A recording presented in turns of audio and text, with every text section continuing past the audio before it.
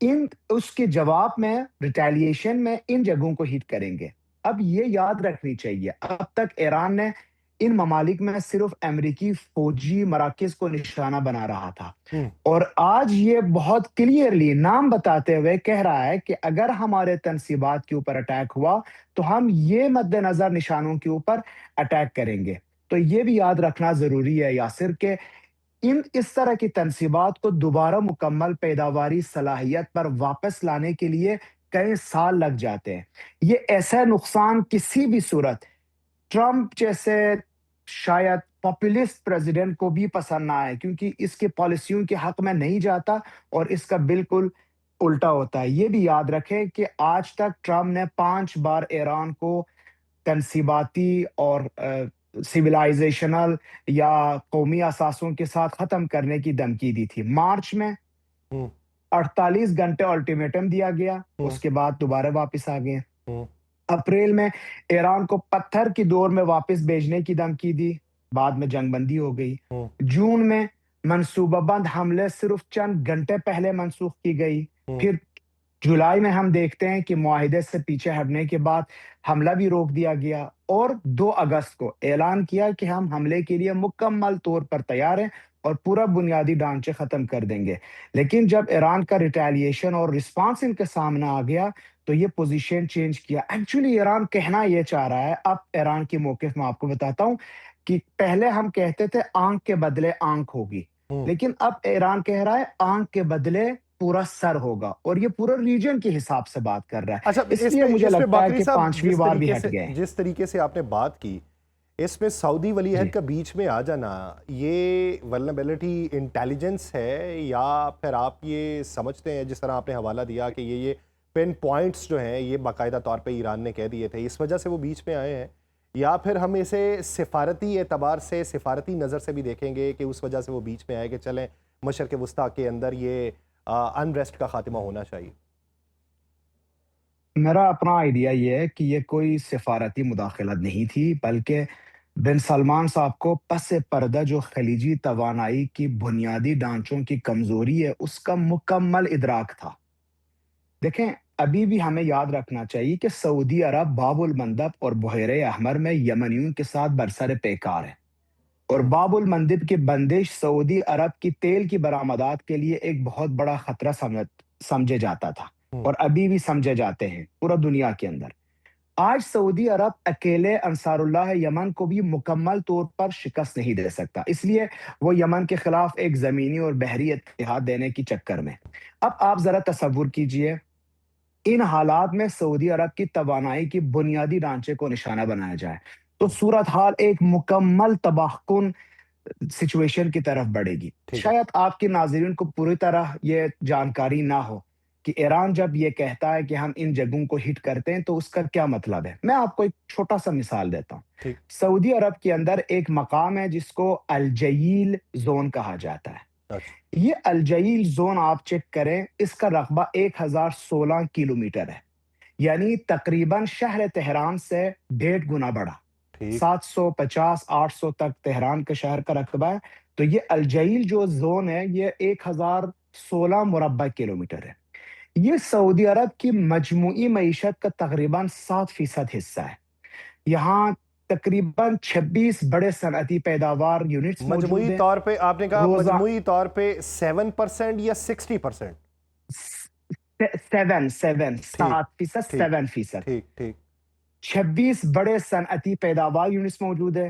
روزانہ 8 لاکھ مکعب میٹر سمندری پانی کو میٹھا بنا دیتی ہے، اچھا، اور 2745 میگا واٹ بجلی کی پیداوار ہے، ٹھیک ہے، اور تقریباً 35 مخصوص بندرگاہ ہیں۔ دیکھیں، ایران نے بہت کلیئرلی کہا تھا کہ یہ بھی ہمارے ضد میں ہے۔ اب اس نوعیت کی جو صنعتی مراکز ہے یا ہوں، صرف ان ہوں، کی تعمیر میں کئی سال بلکہ بعض اوقات کئی دہائیاں ہوں، اور 10ویں ارب ڈالر لگتے ہیں۔ ٹھیک ہے، اس لیے مجھے لگتا ہے کہ یہ بالکل فطری بات ہے کہ کوئی بھی عقلمند حکمران اپنے ملک کو اس تباہی سے روکنے کے لیے ہر ممکن کوشش کرے گا، اور یہی ممکن کوشش میرا خیال بن سلمان صاحب نے بنیادی ڈھانچوں کے حوالے کو دیکھتے ہوئے، اس کے اثرات کو سمجھتے ہوئے کیا ہے۔ اچھا، آپ اب یہ سمجھتے ہیں کہ ایران نے اپنی اسٹریٹجی جو تھوڑی بہت تبدیل کی ہے وہ یہ کہ امریکی فوجی اڈوں کو نشانہ بنانے کی بجائے یہ جو انرجی انفراسٹرکچر ہے جس میں آپ نے الجیل کی بات کی، اس میں آپ نے پاور پلانٹس کی بھی بات کی ہے، ڈی سیلینیشن پلانٹ کی بھی بات کی ہے، بندرگاہوں کی بھی بات کی ہے، تو ان کو نشانہ بنایا جائے گا خطے میں؟ یعنی ہم یہ دیکھیں کہ وہ فوجی تنصیبات یا وہ شپنگ لینز جو ہیں آبنائے ہرمز کی، اس سے توجہ ہٹا کے اس طرف کو توجہ کرنے کی ان کی اب موجودہ حکمت عملی؟ اس دیکھیں، میں سمجھتا ہوں کہ ایران کے پاس ایک کمبائنڈ اسٹریٹجی ہے جو کہ بیک وقت اگر ان کے بنیادی ڈھانچوں کے اوپر ہٹ ہوتا ہے، بیک وقت فوجی اہداف، ہوں، توانائی کے بنیادی ڈھانچے اور بحری تجارتی راستوں کو بھی شامل کریں گے۔ فوجی اہداف کو نشانہ بنانے کا جو ہدف ہے وہ اسٹریٹجک مقصد اس لیے ہے کہ اتحادیوں کی عسکری لاگت بڑھا دیا جائے، ہوں، توانائی بنیادی ڈھانچوں کے اوپر اٹیک کر کے جنگ کی اقتصادی قیمت غیر معمول اضافہ ہم دیکھیں گے اس میں، اور سمندری راستوں پر اگر آپ اٹیک کرتے ہیں تو دباؤ عالمی تجارت اور انشورنس اور بہت ساری اور چیزوں کے اوپر آئے گی۔ ٹھیک، تو یہ سمجھنا چاہیے کہ ایران کے لیے چین کا جو تنصیبات ہے، توانائی تنصیبات، ڈو اور ڈائی کا مسئلہ ہوگا، ہوں۔ اور یہ کمبائنڈ اسٹریٹجی اپنائیں گے، تینوں اہداف کے اوپر اٹیک کریں گے۔ اچھا، آپ یہ بتائیے کہ اس وقت جو امریکن کیریئر سٹرائک گروپ ہے وہ خطے کے اندر موجود ہے، اس کی موجودگی کے باوجود ایران کے لیے یہ محدود جنگ جاری رکھنا اس کے کس حد تک مفاد میں؟ لیکن یہ جو طیارے بردار بحری بیڑے ہیں، ہوں، اس میں بے پناہ فوجی طاقت ہوتی ہے ہوں، اور یہ طاقت فراہم بھی کرتی ہیں۔ یہ سارے جانتے ہیں، ایرانی بھی بخوبی جانتے ہیں۔ لیکن کوئی طیارہ بردار بحری بیڑا خود بخود سیاسی یا مکمل عملی آزادی کی ضمانت نہیں دیتا۔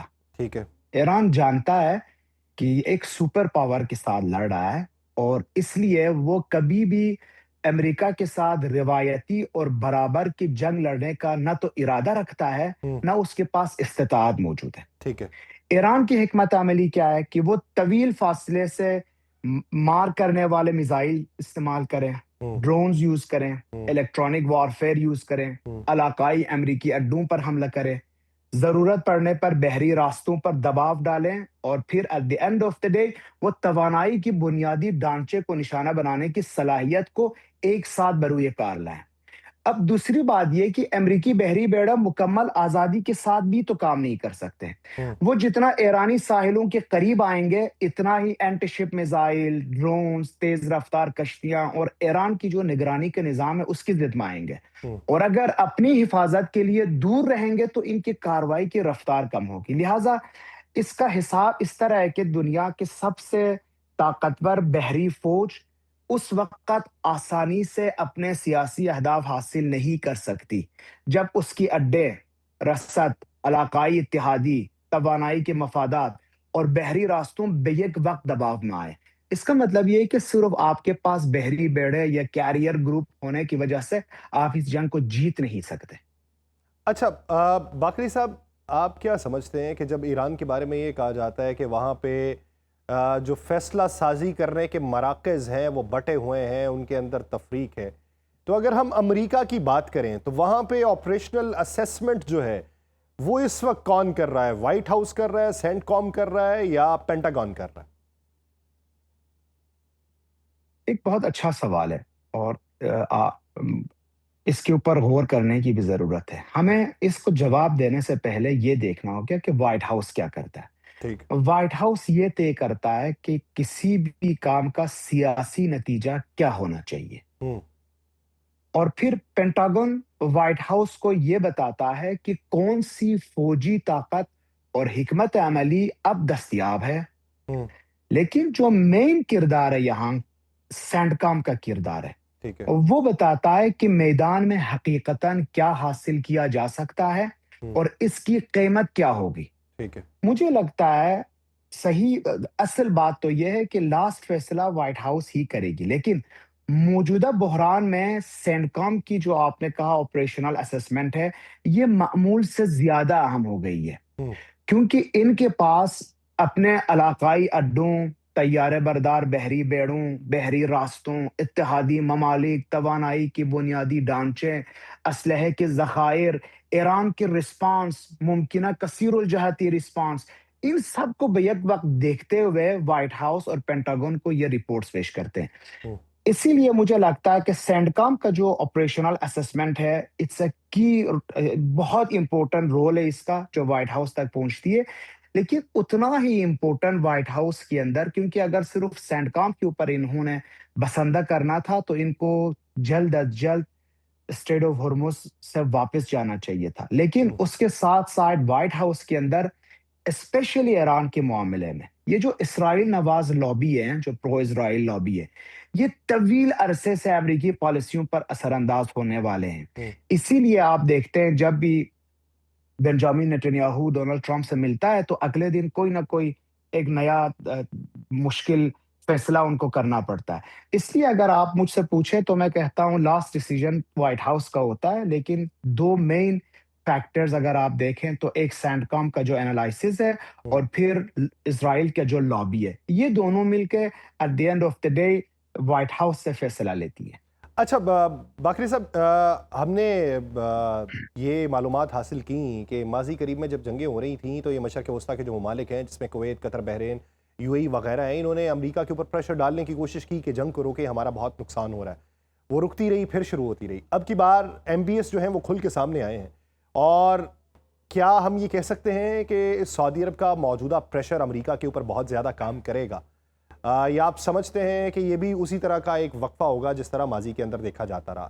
اور اگر یہ کام کر جاتا ہے اور ٹیبل ٹاک ہوتی ہے تو کیا اس ٹیبل ٹاک میں ایران کا نیوکلیئر پروگرام پھر سے زیر بحث ہوگا، یا پھر آپ یہ سمجھتے ہیں کہ ریجنل ڈیٹرننس آرکیٹیکچر جو ہے اس کے اوپر زیادہ بات ہو رہی ہوگی؟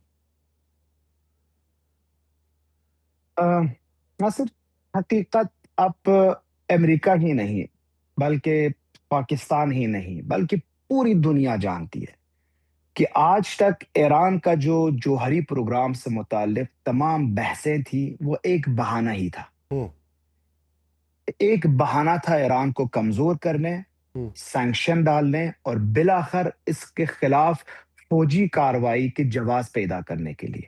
ہوں، ایران بارہا اعلان کیا تھا کہ وہ جوہری معاہدوں کو نظر انداز نہیں کرتا اور جوہری معاہدوں کے اوپر یہ بات کرنے کو تیار ہے. این پی ٹی کا ممبر ہے، یہ انسپیکشن کے لیے ہمیشہ اپنا دروازہ اوپن رکھتا ہے اور کسی بھی مذاکرات کے میز پر جب جوہری پروگرام آتا ہے تو وہ کھل کے بات کرنے کو تیار ہے. لیکن ہوں، ہم سب جانتے ہیں، اب دنیا بھی جانتی ہے کہ اس طرح کے بہانے اسی طرح کے بہانے ہیں جس پر عراق کے اوپر حملہ کیا گیا، ہوں، بہانہ ڈال کے افغانستان کے اوپر حملہ کیا گیا ہوں، اور پھر لیبیا کے اوپر حملہ کیا گیا. ہوں، اور یہی وہ منطق ہے جس کے تحت 80,000 سے زائد فلسطینیوں کو شہید کیا گیا. ہوں.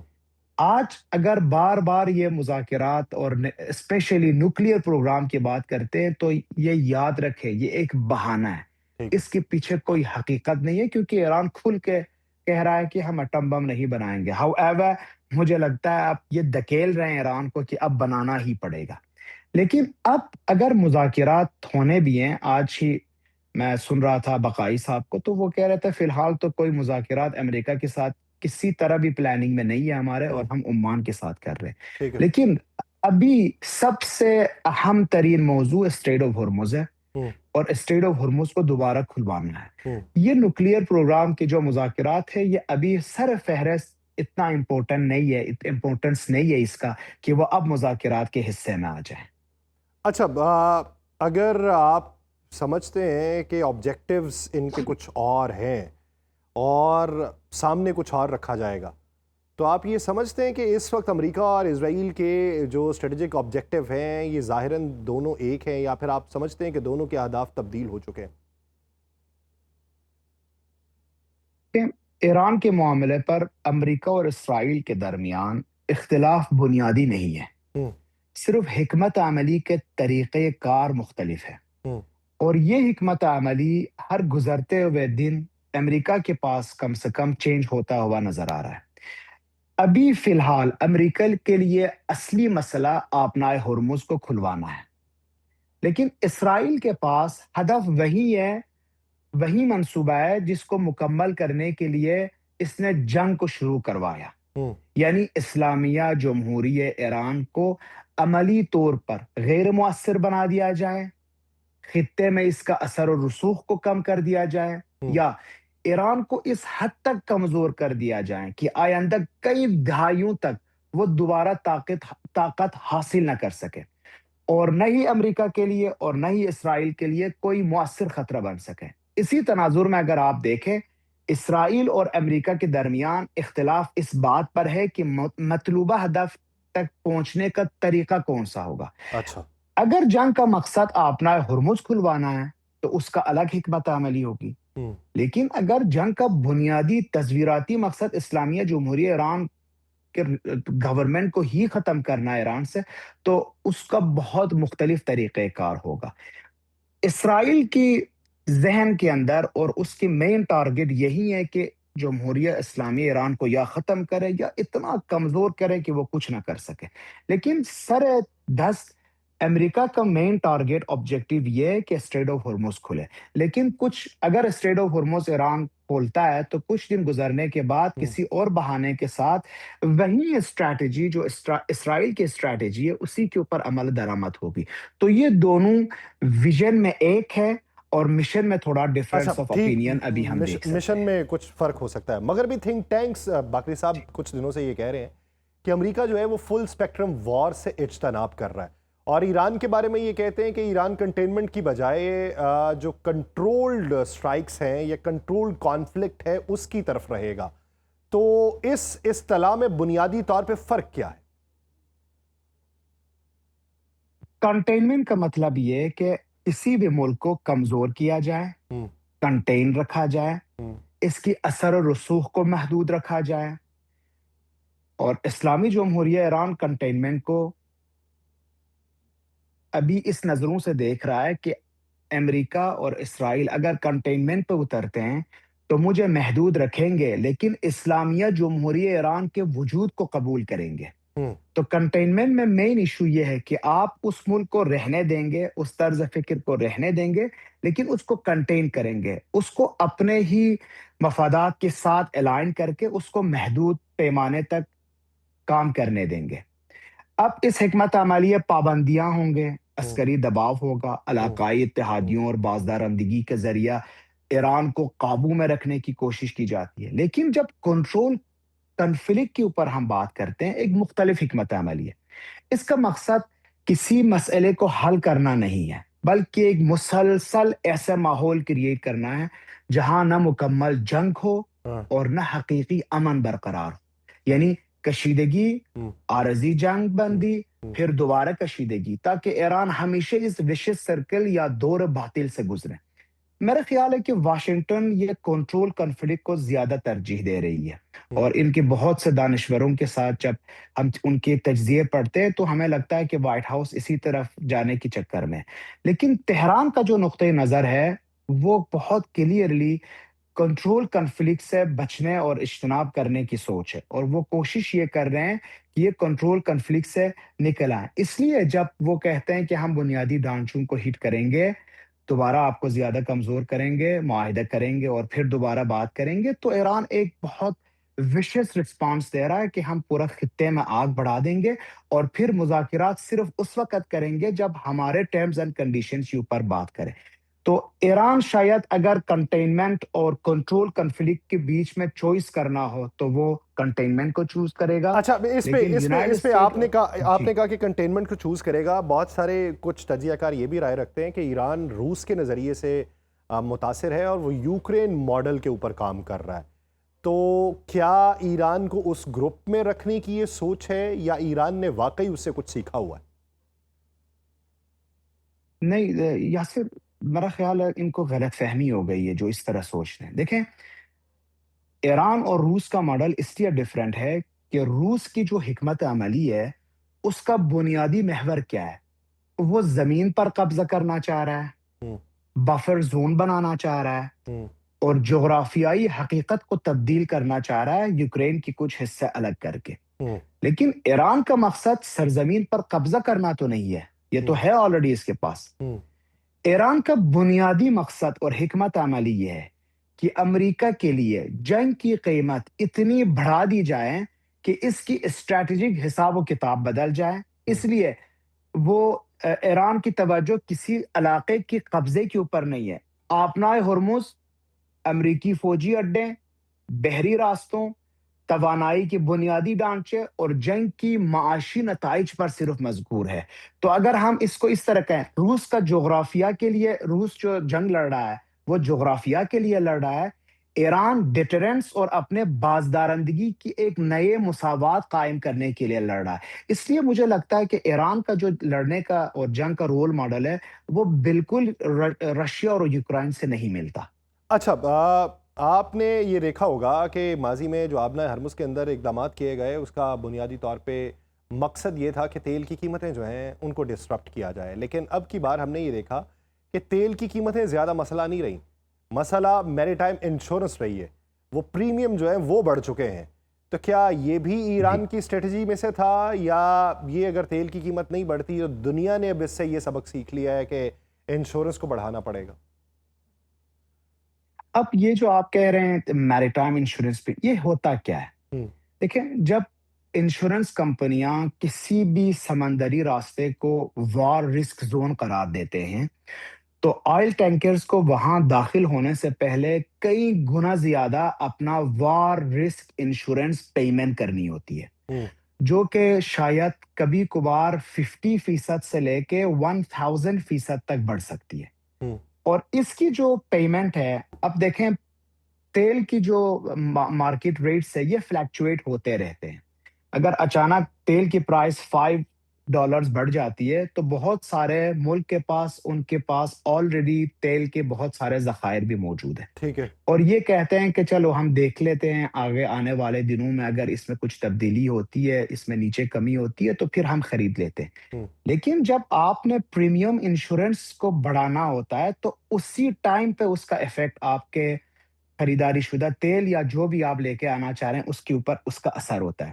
مطلب اگر تیل کی پیداوار برقرار بھی رہیں، ابھی سارے تیل پروڈیوس کرتے رہیں، لیکن اگر جہاز جو تیل بردار جہاز ہے اس کو وار زون میں انٹر ہونے کے لیے کئی 100 گنا زیادہ پیمنٹ کرنی ہو تو یہ تیل کی جو موجودہ حالات ہے یہ اس کے اوپر بہت سخت اثرات رکھتے ہیں. اس لیے گزشتہ ہفتہ آپ عالمی مالیاتی منڈیوں کے سب سے بڑی تشویش تیل کی قیمت نہیں تھی بلکہ میریٹائم انشورنس پریمیمز ہیں. اس لیے ہم دیکھتے ہیں کہ سارا یورپین یونین، یہاں پہ گلف کنٹریز، خود یونائٹڈ اسٹیٹ یہ کوشش کر رہے ہیں کہ جلد از جلد آبرائے ہرمز اور پھر باب المندب میں ایک ایسا حکمت عملی اپنائے جائیں جو کہ یہ جو میریٹائم انشورنس پریمیمز ہے اس کو جتنا ہو سکے کم کریں تاکہ اس کے برڈن لاسٹ یوزر تک نہ پہنچے. ٹھیک. اچھا باقری صاحب، ایک چیز اور بتائیے جس پہ میڈیا میں بہت کم بات ہوئی، یہ امریکہ اور ایران الیکٹرانک وارفیئر کا استعمال کس حد تک کر رہے ہیں؟ یہ بات اگر ہوتی بھی رہی ہے تو کسی نہ کسی اداریے کی صورت میں ہوتی رہی ہے یا کسی نہ کسی آرٹیکل کی صورت میں ہوتی رہی ہے. میڈیا میں ووکل ڈیبیٹ اس پہ بہت کم ہوئی ہے. تو یہ ماڈل کس حد تک اس جنگ کے اندر اپنایا گیا ہے، اور اگر آنے والے دنوں کے اندر جنگ ہوتی ہے تو سائبر ڈومین کا جو محاذ ہے وہ کس حد تک اہم ہوگا؟ ایسے بہت امپورٹنٹ سوال ہے یہ. اس جنگ کا سب سے شاید اہم لیکن سب سے کم دکھانے دینے والی جو محاذ ہے وہ الیکٹرانک وارفیئر ہے. دیکھیں، میزائل تو جب یہ فائر کرتے ہیں ہمیں پکچرز اور ویڈیوز میں نظر آتی ہے، لیکن الیکٹرانک وارفیئر کی جو تصاویر ہے وہ نہ کسی ٹیلی ویژن چینل پہ ہمیں نظر آتا ہے اور نہ کوئی اس کا پکچر ہوتا ہے. لیکن یہی ڈٹرمائن کرتا ہے کہ جنگ کی جو برتری ہے وہ کس کے حق میں جائے گا.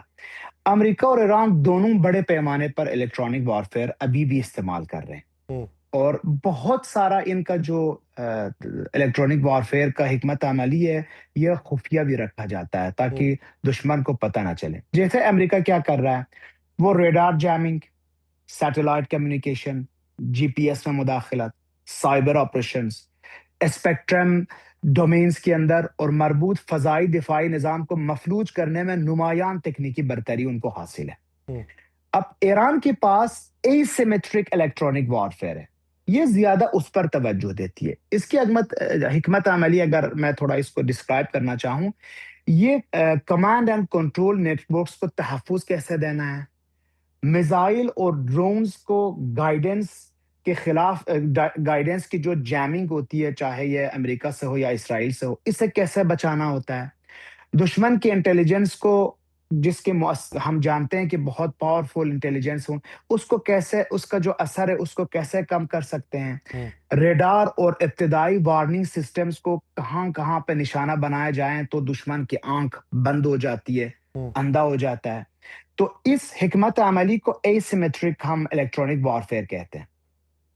اب یہ جو اے سیمیٹرک الیکٹرانک وارفیئر ہے، ایران اس کو استعمال بھی کر رہا ہے. جیسے جہازیں گر رہی ہیں ایران کے اندر، بہت سارے تجزیہ کاروں کا یہ تجزیہ یہ ہے کہ ان کے پاس تو اینٹی ایئر کرافٹ میزائلز نہیں ہے، ہوں. تو یہ الیکٹرانک وارفیئر کے تھرو ہی اس طرح کے جہازوں کو گرا رہے ہیں. تو یہ اگرچہ میڈیا میں زیادہ تر میزائلوں کے بارے میں اور فضائی حملوں کے بارے میں بات ہوتی ہے، لیکن اصل مقابلہ زمین میں الیکٹرانک میگنس اسپیکٹرم، مواصلاتی نظام نیویگیشن، سائبر نیٹورکس اور انٹیلیجنس کی روپ میں ہو رہی ہے. اور آج کی جو جنگیں ہیں یہی ڈٹرمائن کرتے ہیں کہ کس کے پاس سگنل زیادہ ہے، ہوں، ڈیٹا زیادہ ہے، ہوں. سافٹ ویئر اور الیکٹرانک میگنیٹک اسپیکٹرم پر کنٹرول زیادہ ہے.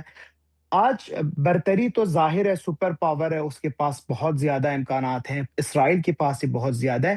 لیکن ایران نے 12 دن کے جنگ اور 40 دن کے جنگ میں جو تبدیلی اب اپنے اے سیمیٹرک الیکٹرانک وارفیئر میں لے کے آئی ہے، یہ بھی دنیا کو حیران کر رہی ہے کہ ان کے پاس اتنے دباؤ کے باوجود اس طرح کی گائیڈنس سسٹم اور ڈرونز کو ڈفرنٹ لیئر سے گزار کے اپنے اہداف تک پہنچانا، یہ بھی ایک بہت بڑی ڈیبیٹ ہے. اب اس میں جانے کے لیے کافی ہمیں ٹائم بھی چاہیے، اور یہ ایک بہت ٹیکنیکل پوائنٹ ہے جو شاید مجھے اس میں آنا ہی نہیں چاہیے. اچھا، باقری صاحب، میرا ایک آخری سوال، یہ جو ایران کا ڈیسیژن تھریشولڈ مینوپولیشن کا کردار ہے، یہ کس حد تک کامیاب رہا؟ امریکہ اس میں کتنا پھنسا ہوا ہے؟ اور اگر یہ اکنامک بیٹل جو ہے وہ اس وقت شروع ہو چکی ہے، اور اس اکنامک بیٹل سپیس کے اندر ریجنل رسک مینیجرز کا کردار یو اے ای، قطر اور کویت اور بحرین وغیرہ ادا کر رہے ہیں، تو یہ کس حد تک کامیاب ہوں گے؟ یعنی آؤٹ کم جو ہے وہ کنٹرول کانفلکٹ کی صورت میں نکلے گا یا پرامن منظرنامے کی صورت میں؟ لیکن یہ جو ڈیسیژن تھریشولڈ کے مینیپولیشن ہم کہتے ہیں، تو یہ ایک نفسیاتی دائرہ ہے ہوں، جو کہ مجھے لگتا ہے امریکہ کافی حد تک، شاید بڑی حد تک اس نفسیاتی دائرے میں داخل ہو چکا ہے. ہوں، اب پہلا واشنگٹن فوجی کارروائی سے پہلے بنیادی طور پر یہ سوال اٹھاتا ہے کہ کیا ہم یہ حملہ کر سکتے ہیں ہوں. کہ نہیں کر سکتے. ٹھیک. لیکن آج اگر ڈیسیژن تھریشولڈ مینیپولیشن کو آپ مد نظر رکھتے ہوئے اس سوال کو دوبارہ پوچھیں تو یہ سوال اس طرح بنتا ہے: کیا ہم اس حملے کی قیمت برداشت کر سکتے ہیں کہ نہیں کر سکتے؟ ہوں. یعنی یہ جو حملہ کر سکتے ہیں کہ نہیں کر سکتے ٹھیک، ہیں، ٹھیک، اس میں ایک نفسیاتی تبدیلی آ گئی ہے. ٹھیک. حملہ تو کر سکتے ہیں، ہوں، لیکن کیا اس کی قیمت بھی برداشت کر سکتے ہیں؟ ہوں. تو میرے نزدیک یہ اہم ترین سوال آپ امریکہ کو ہی جواب دینا ہوگا، کیونکہ اس فیز میں یہ انٹر ہو چکا ہے. اب امریکہ یہ نہیں کہتا کہ میں حملہ کر سکتا ہوں. ہوں، امریکہ یہ کہتا ہے کہ 5 بار اسی لیے حملے کو روکا گیا ہے، ہوں. جو یہ فل فلیج وار کی طرف ٹھیک، ہم اشارہ کر رہے ہیں، ٹھیک، کہ اس کی قیمت اتنا زیادہ ہوگا کہ نفسیاتی طور پر اس کو برداشت کرنا قابل قبول نہیں ہوگا. ٹھیک. اس لیے مجھے لگتا ہے کہ یہ جو وار ہے، ایران کوشش یہی کر رہا ہے ہوں. کہ اس کی جو قیمت ہے اس کو اتنا بڑھا دیا جائے کہ یہ جو ڈیسیژن میکرز ہے واشنگٹن کے اندر، وہ یہ جانتے ہوئے کہ ہم ایران کے اوپر حملہ کر سکتے ہیں، لیکن اس کی کاسٹ اتنا زیادہ ہو کہ یہ اپنے ہی فیصلے سے واپس آئیں اور کسی اور دوسرے راستے کو اختیار کریں. اچھا، جو میں نے یہ جو ریجنل رسک مینیجرز کی بات کی ہے، کیا یہ you a G. E, Qatar, Kuwait, ان کا کردار کس حد تک مستند رہے گا، یا کس حد تک یہ بٹ جائیں گے، ایک نئی ڈیفنس امبریلا کو ڈھونڈ رہے ہوں گے اور ایک نیا الائنس بنا رہے ہوں گے؟ ریالٹی میں اگر بات کریں یاسر، تو ہوں. امریکہ سے بڑی سپر پاور ان کے پاس اور کوئی آپشن نہیں ہے. ٹھیک ہے. یہ امریکہ کو بھی آزما چکے ہیں، اور ہوں. آج یہ جس مصیبت میں کھڑے ہیں ان کی غلط پالیسیوں کی وجہ سے کہ ہم یہ جو امنیت ہے یا جو سیکیورٹی ہے یہ جب آپ باہر سے خریدتے ہیں ہوں، تو یہی آپ کی حالت بنتی ہے. ہوں، امریکہ کو اس سے کوئی غرض نہیں ہے کہ یو اے ای کے اندر لائٹ چلی جائے. ہوں، اس سے کوئی غرض نہیں ہے کہ سعودی عرب اندھیرے میں چلا جائے. ہوں، اس کو صرف اس بات سے غرض ہے کہ یہ جو تیل دنیا کو سپلائی ہو رہی ہے اور ہوں، میرے بہت سارے اتحادی ہی پروڈیوس کر رہے ہیں، ہوں، اگر اس کے اوپر ہٹ ہوتا ہے تو ہوں، مجھے پورا ڈائنامکس چینج ہوتے ہوئے نظر آئیں گے ہوں، اور پھر اس میں بہت سارے پرابلمس کریٹ ہوں گے. پھر یہ آ کے بیچ میں کچھ نہ کچھ نیا ڈیسیجن لیں گے. مجھے نہیں لگتا کہ یہ ریجنل رسک مینیجر کی کوئی بات ہو رہی ہے. ہر کوئی اپنے مفادات دیکھ رہا ہے. صحیح. ریجن کے اندر کنٹریز کو پتا ہے کہ ان کی واحد آمدنی کا ذریعہ ان کی انرجی تنصیبات ہیں ہوں، اور امریکہ اگر ان کو مدد نہیں دے سکتا جس ہوں، طرح آج بہت کلیئر نظر آ رہا ہے کہ مدد نہیں دے سکتا. ہوں. ایران کلیئرلی کہہ رہا ہے کہ آپ کی تنصیب یعنی امریکہ اگر ان کو مدد نہیں دے سکتا اور یہ اس پورے منظرنامے پہ اگر جو ہے امریکہ کی مدد نہیں حاصل کر سکتے تو پھر اور کس کی مدد حاصل کریں گے؟ تو یہ کنٹرول رسک مینیجر کے طور پہ اپنا کردار ادا نہیں کر سکتے، اپنے اپنے مفادات کو دیکھیں گے. بہت شکریہ محمد حسین باقری صاحب اس حوالے سے اپنا وقت دینے کے لیے. ناظرین، پوڈ کاسٹ کا وقت ختم ہوا چاہتا ہے، مجھے دیجیے اجازت. آپ سے ملاقات ہوگی اگلی ایپیسوڈ میں کسی اور مہمان کسی اور موضوع کے ساتھ. تب تک اپنا خیال رکھیے گا. اللہ نگہبان.